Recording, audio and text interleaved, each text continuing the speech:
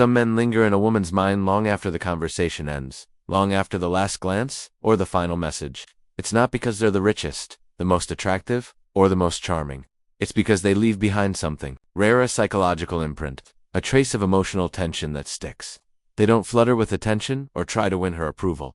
Instead, they understand the art of restraint. They know how to occupy space in her thoughts without forcing their presence, and that's where most men go wrong. They rush in, offering everything too soon. Constant validation, over-explaining intentions, seeking clarity. What they don't realize is that every time they remove uncertainty, they also remove mystery. And without mystery, there's no tension. Without tension, there's no emotional hook. The man she can't forget doesn't overwhelm her. He leaves her wanting more. He's warm, but not wide open. Interested, but not eager. Present, but never fully available. That subtle unreachability creates an emotional imbalance that makes her lean in. She starts to question, why is he so calm? Why isn't he chasing me like the others? Did I say something wrong? That quiet uncertainty isn't just felt, it's felt deeply, and what she feels, she remembers. You see, the emotional mind attaches to contrast. It gets addicted to tension, and when a man knows how to hold back just enough, he creates that contrast naturally. But this only works if it's real. If deep down, you're detached from needing her reaction. If you're not just pretending to be chill while craving her, attention behind the scenes, that fake calmness cracks. She can feel when it's an act, but when it's real, when your sense of self is so strong that her presence is a bonus, not a necessity, everything changes. You become the prize. That man who doesn't flinch when she pulls away. The one who stays centered, whether she's blowing up your phone or going silent. That emotional steadiness, that silence, that lack of reaction, it drives her mind into overdrive. She'll start to recall the way you looked at her, the way you didn't try to impress, the way you let her speak without filling every silence. She start wondering why she cared so much about a man who didn't try that hard, and that confusion, that's the hook. That's the moment you enter her mental space and stay there. Most men talk their way out of attraction, but the unforgettable man listens more than he speaks, holds space more than he fills it, and pulls more with his absence than others do with their presence. He knows his energy carries weight, and when he walks away, that weight doesn't vanish, it lingers. It keeps her wondering, keeps her searching for answers. That's the man she obsesses over, not because he tried, but because he didn't need to. Most men were taught that the way to win a woman is by impressing her, by doing more, showing more, giving more. They arrive with compliments, gifts, and non-stop validation, thinking that generosity will make them stand out. But here's the truth, they never tell you. The more you give up front, the less she values it. Not because she's ungrateful, but because unearned attention never holds weight. What she doesn't work for, she doesn't cherish. And that's why withholding done with intention, not ego beats, impressing every single time. Real attraction is built through space, through the emotional distance she has to cross to get to you. If you hand over all of yourself from the start, where's the mystery? Where's the tension? Where's the challenge? You become too available, too easy to read, and worst of all, predictable. She doesn't get a chance to wonder about you, to figure you out, to feel like she's earned your presence. And without that slight imbalance, there's no hook, no curiosity, no desire.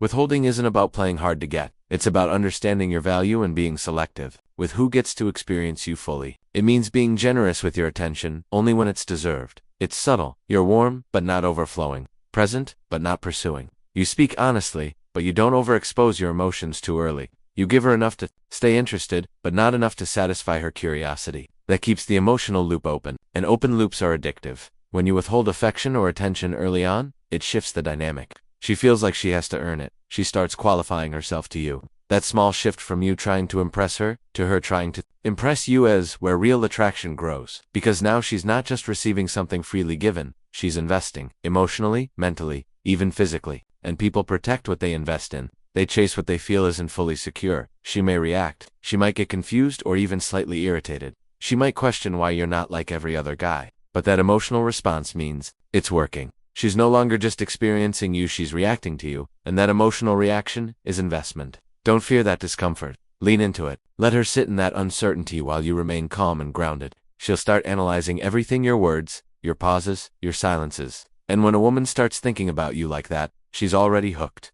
The men who try to impress are easily forgotten because they burn too bright too soon. But the man who withholds, he leaves space for her imagination to fill. He becomes a story, a curiosity, a question she needs to answer. That's what makes her obsessed. Not the gifts, not the compliments, not the effort, but the emotional energy she has to work for. And once she feels that effort rising in herself, she's no longer just dating you. She's chasing you. A woman doesn't obsess over a man she understands completely. She obsesses over the one she can't quite figure out, the one who feels like a puzzle. The man who keeps her guessing just enough to stay intrigued. Not because he's hiding something, not because he's playing games, but because he isn't bending himself into a version that seeks approval. He's real, he's layered. He's a little rough around the edges, not broken, not insecure, but simply unapologetically himself. And that realness, that unpolished energy, it speaks louder than any charm ever could. Most men try so hard to be the perfect package. They show only their strengths.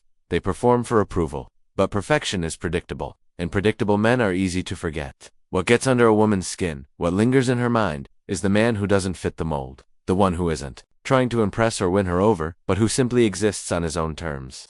That man becomes a project in her mind, a mystery to be unraveled. She wants to know more. She wants to understand the parts he doesn't show to everyone. That curiosity becomes emotional investment. And once that investment begins, the dynamic changes. She starts to imagine herself as the one who could unlock something in him, the one who could reach the depths no one else has.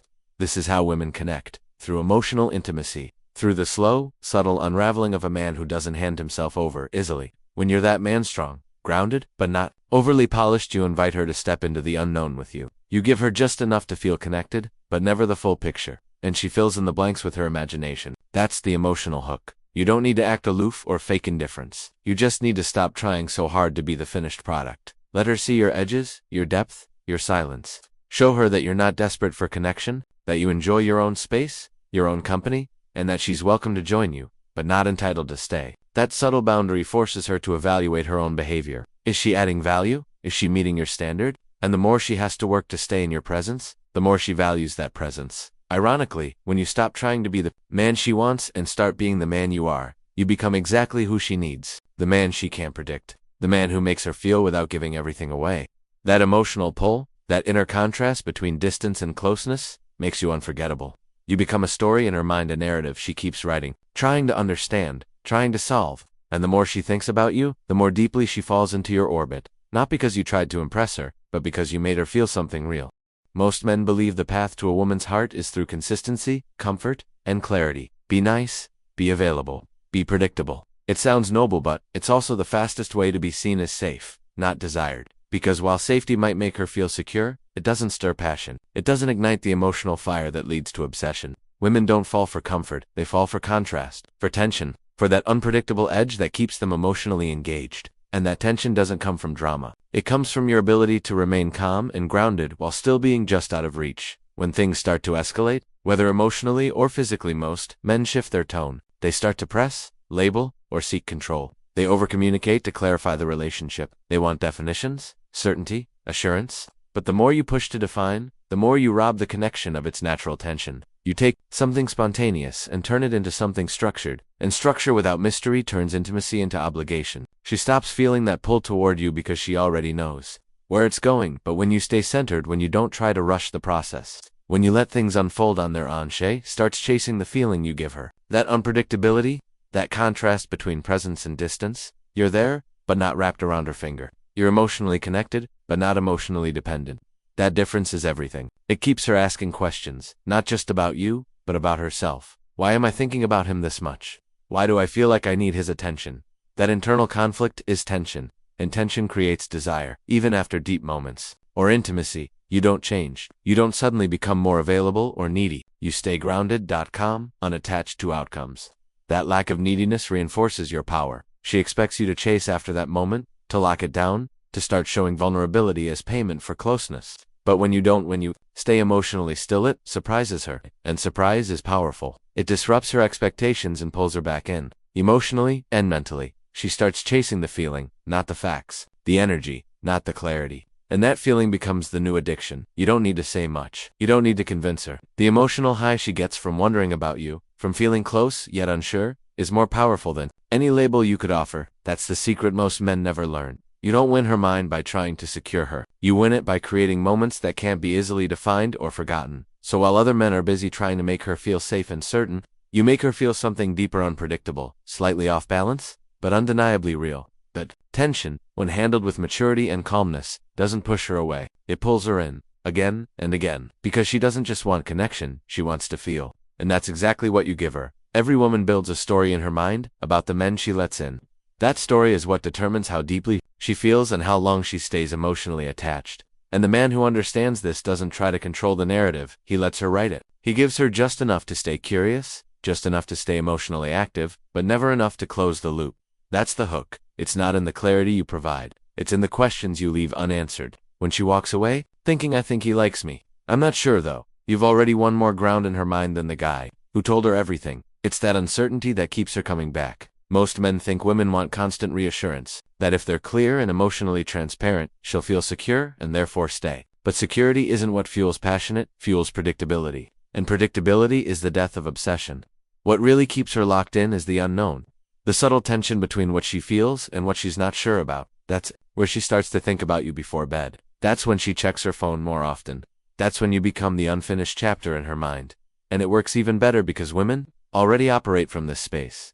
Whether consciously or not, they use subtle tactics to raise their perceived value: delayed replies, vague responses, occasional distance. They create small disruptions in emotional rhythm to build tension. It's not cruel, it's instinctual. Because on a subconscious level, they understand that certainty breeds comfort, but uncertainty breeds desire. So when you mirror that same energy with emotional composure, it flips the script. Now she's on the receiving end of the tension. Now she's the one trying to figure you out. This doesn't mean playing games or faking disinterest. It means genuinely being detached from needing to be chosen. It means knowing that you're already enough, with or without her validation. That subtle indifference doesn't go unnoticed. She picks up on it, and it starts to affect her. She overthinks. She replays your words. She begins to imagine a future with you before anything serious even happens. Because the emotional intensity, you create lives in the space between certainty and doubt. That space becomes her obsession. Most men try to win through logic and gestures, but emotion doesn't work that way. It's not about what you say. It's about what you make her feel. And when you become the man who doesn't rush to define, who lets her wonder just a little bit to become the story she tells herself, you become the loop in her head she can't close, the puzzle she keeps revisiting. And that kind of presence, it doesn't fade, it lingers. Because you never gave her the ending. You only gave her a beginning, made her want to write the rest.